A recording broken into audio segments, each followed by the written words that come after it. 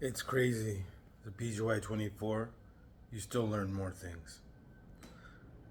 Nothing, the only thing probably worse than saying dizziness to a person is constipation.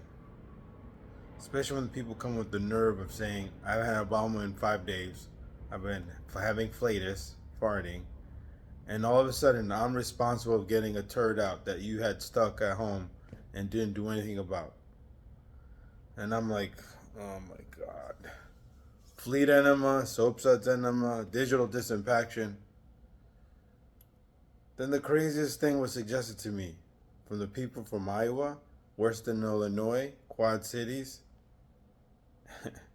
this small town across the river from West Virginia, across the Ohio River, and where I'm located in Ohio. Molasses and Milk, enema.